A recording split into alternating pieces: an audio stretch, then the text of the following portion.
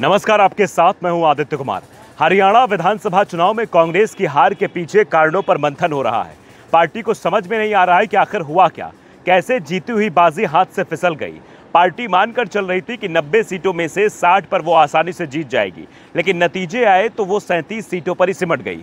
2019 के विधानसभा चुनाव में जब पार्टी ने एक तरह से पहले ही हार मान ली थी, पार्टी के दिग्गज नेताओं ने सीमित सीटों पर ही प्रचार किया था। उस समय भी कांग्रेस 31 सीट जीत गई थी। तब ये कहा गया था कि कांग्रेस ने अगर पूरी ताकत लगाई होती तो सरकार तभी बन जाती, लेकिन इस बार तो हालात पूरी तरह से कांग्रेस के पक्ष में थे।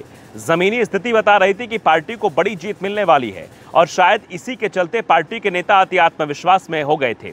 चुनाव विधायक के लिए चल रहा था, लेकिन दौड़ दिल्ली की लग रही थी कि सरकार में बड़ा पद कैसे हासिल किया जाए। राहुल गांधी को इस बात का एहसास हो गया था, इसलिए उन्होंने सभी को एकजुट करने की कोशिश की, रूठे नेताओं को मनाया और उन्हें सक्रिय किया। हरियाणा में डेरा डाल दिया, लेकिन अकेले राहुल गांधी की मेहनत काम नहीं कर पाई, क्योंकि स्थानीय नेता आपस में ही भिड़े हुए थे। नतीजों के बाद ईवीएम पर भी सवाल उठाए गए, लेकिन अब पार्टी में मंथन के बाद यह फैसला हुआ है कि मीडिया में भले ही ईवीएम पर सवाल किए जाएं, लेकिन हर बार चुनावी हार के पीछे ईवीएम को कारण बताकर बचा नहीं जा सकता। पार्टी में सुधार करना ही होगा। अब पार्टी अंदरूनी समस्याओं पर ध्यान देना चाहती है। कांग्रेस ऐसी कमियों को तलाशने की कोशिश करेगी जिसकी वजह से हरियाणा में वो जीत का स्वाद नहीं चख पाई। कांग्रेस की समीक्षा बैठक में पार्टी अध्यक्ष मल्लिकार्जुन खड़गे ने साफ कर दिया है कि अब बड़े फैसले लेने होंगे। पार्टी के आलाकमान ने कहा है कि जब तक ईवीएम में गड़बड़ी के पुख्ता सबूत नहीं मिल जाते, तब तक ये मुद्दा नहीं छेड़ा जाएगा और पार्टी में अंदरूनी कमियों को पहचान कर उन्हें दूर करने की कोशिश करेंगे। खड़गे के कार्यालय से एक पत्र भी जारी कर दिया गया है। पार्टी ने एक टेक्निकल टीम बनी है जो कि प्रत्याशियों द्वारा ईवीएम और वोटिंग को लेकर की गई शिकायत पर ध्यान देगी और असली कमी का पता लगाएगी।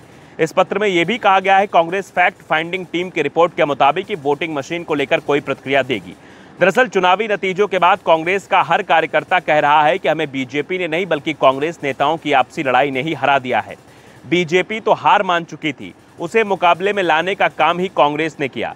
चुनाव प्रचार शुरू होते ही पार्टी में फूट पड़ गई। बीजेपी के नेता यहां तक कि अमित शाह चुनावी रैली में कांग्रेस सांसद शैलजा का नाम लेकर ऐलान कर रहे थे कि कांग्रेस एक दलित महिला का अपमान कर रही है, तो जवाब में पूरी पार्टी का मुंह बंद दिखाई दे रहा था, जैसे अमित शाह के आरोपों को पार्टी सच्चाई मानकर स्वीकार कर रही हो। बीजेपी का हर नेता मन से कांग्रेस के अंदर के टकराव को खुलकर हवा दे रहा था, तो कांग्रेस उसका जवाब तक नहीं दे पा रही थी।